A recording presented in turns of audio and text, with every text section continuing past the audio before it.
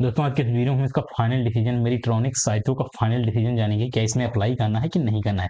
पिछले वीडियो मैंने सब कुछ बता दिया था, एंकर बुक नहीं आया था, उसका डिस्कशन नहीं हुआ था, वो सब यहाँ पे आज डिस्कशन हो जाएगा। तो यहाँ पे डिटेल वगैरह आप देखते रहिएगा, वो सब मैं नहीं बताने वाला हूँ। आज क्लोजिंग है तो हम जल्दी से यही जानेंगे कि इसमें अप्लाई करना है कि नहीं करना है। सबसे पहले सेक्टर की बात करते हैं, सेक्टर ठीक है कि नहीं। तो सेक्टर की बात करें तो electronic system design and manufacturing में कंपनी वर्क करती है और 1988 में इनकॉर्पोरेट हुई है, मतलब स्टेब्लिश हुई है 1988 में। बहुत ही ओल्ड कंपनी है, तो ऐसा नहीं है कि कल की बनी हुई कंपनी है। ऑलमोस्ट 38 ईयर्स हो चुके हैं, तो बहुत ही पुरानी कंपनी है भाई, बढ़िया कंपनी है। और इसकी बात करें तो ये इलेक्ट्रॉनिक सिस्टम को डिजाइन और मैन्युफैक्चर करती है। और इस सेक्टर में आपको भी पता है, इलेक्ट्रॉनिक सेक्टर हो गया, इन सब में ग्रोथ है।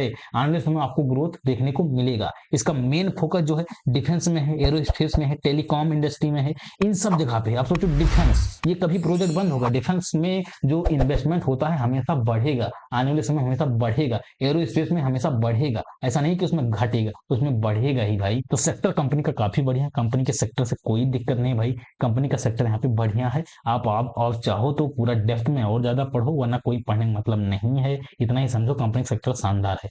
फाइनेंशियल डिटेल की बात करें तो यहाँ पे 25 से 26 का फाइनेंशियल डिटेल आपको बताऊंगा। 25 से 26 में क्या कुछ हुआ है। रेवेन्यू की बात करें तो 37% के अराउंड से बढ़ा है। इबिडा 79% के अराउंड से बढ़ा है। पेट 85% के अराउंड से बढ़ा है। वहीं हम बात करें टोटल एसेट तो 108% के अराउंड से बढ़ा है। नेटवर्थ 223% के अराउंड से बढ़ा है। टोटल बोरो यहाँ पे बढ़ा है, बट अभी हम डेट इक्विटी देखेंगे, डेट इक्विटी ज्यादा होगा तो फिर जो है कोई दिक्कत होगा। डेट इक्विटी 1 से कम है तो कोई दिक्कत नहीं होगा। ईपीएस की बात करें 75% के अराउंड है, बढ़ा है, तो अच्छी बात है। आरओई की बात करें, आरओई और आरओसी यहाँ पे घटता हुआ देखने को मिला है। बाकी सब कुछ यहाँ पे शानदार देखने को मिल रहा है। इंडिकेटर में आप देखोगे शानदार इंडिकेटर भाई, 46% आरओई, 45% आरओसी। डेट इक्विटी 1 से कम है, कोई दिक्कत नहीं है। डेट जितना भी डेट इस कंपनी के ऊपर है, कोई दिक्कत वाली बात नहीं है, कंपनी के पास मैनेज करने लायक है। रिटर्न ऑन नेटवर्थ शानदार है, पेट मार्जिन शानदार है, EBITDA शानदार है, सब कुछ यहाँ पे शानदार देखने को मिल रहा है। ऑब्जेक्टिव की बात करें तो कंपनी जो पैसा उठा रही है वो कहाँ कहाँ यूज करेगी, तो यहाँ पे कुछ मशीनरी वगैरह इक्विपमेंट में 21 करोड़ का खर्चा करने वाले हैं। डेट वगैरह भी पे करेंगे 12 करोड़ के अराउंड, तो डेट का जो मसला है वो और कम हो जाएगा। बाकी कंपनी अपने ऊपर खर्चा कर रही है, अच्छी बात है। मतलब कंपनी ग्रोथ ओरिएंटेड तो जरूर है, ग्रोथ के ऊपर जरूर फोकस कर रही है।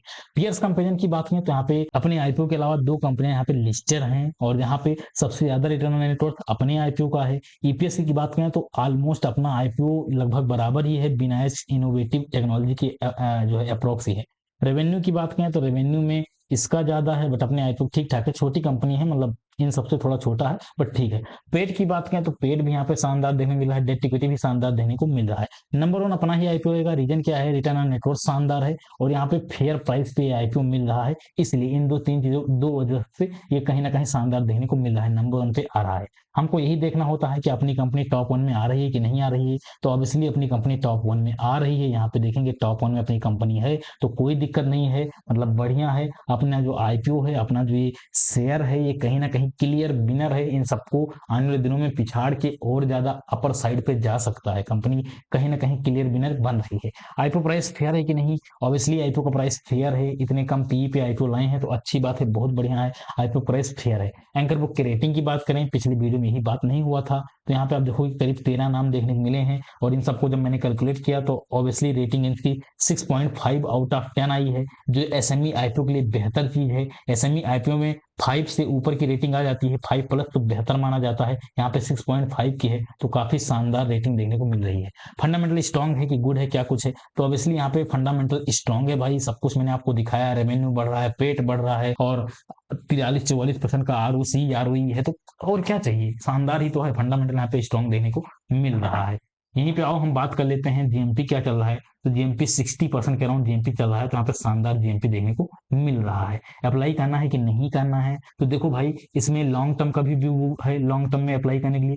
दूसरा है शॉर्ट टर्म यानी लिस्टिंग गेन के लिए व्यू बन रहा है, ठीक है। दोनों चीज के लिए यहाँ पे व्यू है, तो आप चाहो तो यहाँ पे अप्लाई के लिए सोच सकते हो। और अप्लाई करने से पहले आपको शाम को 3 बजे अप्लाई करना है, उससे पहले नहीं करना है। शाम को 3 बजे से अप्लाई करने से पहले आपको जीएमपी देखना है। जीएमपी इसका 25% से ऊपर रहता है, हालांकि रहेगा, अब 60% का है तो इतना तो डाउन नहीं होगा कि 25% से कम चला जाए। 25% से ऊपर का जीएमपी रहता है भाई, तो इसमें लिस्टिंग गेन के लिए पक्का अप्लाई करने का व्यू बन रहा है। मैं तो लिस्टिंग गेन के लिए यहाँ पे अप्लाई करने वाला हूँ। लॉन्ग टर्म के लिए क्यों नहीं करूँगा? तो देखो, मेरा मानना है कि इस आईपीओ में जहाँ तक मेरा उम्मीद है कि 70% के अराउंड लिस्टिंग हो सकती है। अभी के अकॉर्डिंग देखा जाए तो 70% के अराउंड लिस्टिंग हो सकती है। अब इतना ज़्यादा लिस्टिंग हो जाएगी तो ऑब्वियसली मैं लॉन्ग टर्म तो नहीं रुकने वाला हूँ ना, क्योंकि मुझे पता है इतना ज़्यादा हायर प्राइस पे लिस्टिंग हो जाएगा, तो ऑब्वियसली थोड़े समय के लिए वो गिरावट करेगा, तो उस समय मैं भाई एग्जिट मार दूँगा और जब फेयर प्राइस फिर से बनेगा तो वहाँ पे बाई के लिए सोच लूँगा। तो मेरा व्यू केवल लिस्टिंग गेन के लिए है, बाकी आप चाहो तो लॉन्ग टर्म के लिए कर सकते हो। वो सब बात की बात चीज़ें हैं, वो लिस्टिंग डे स्टडी वाले वीडियो में क्लियर होगा। बाकी अभी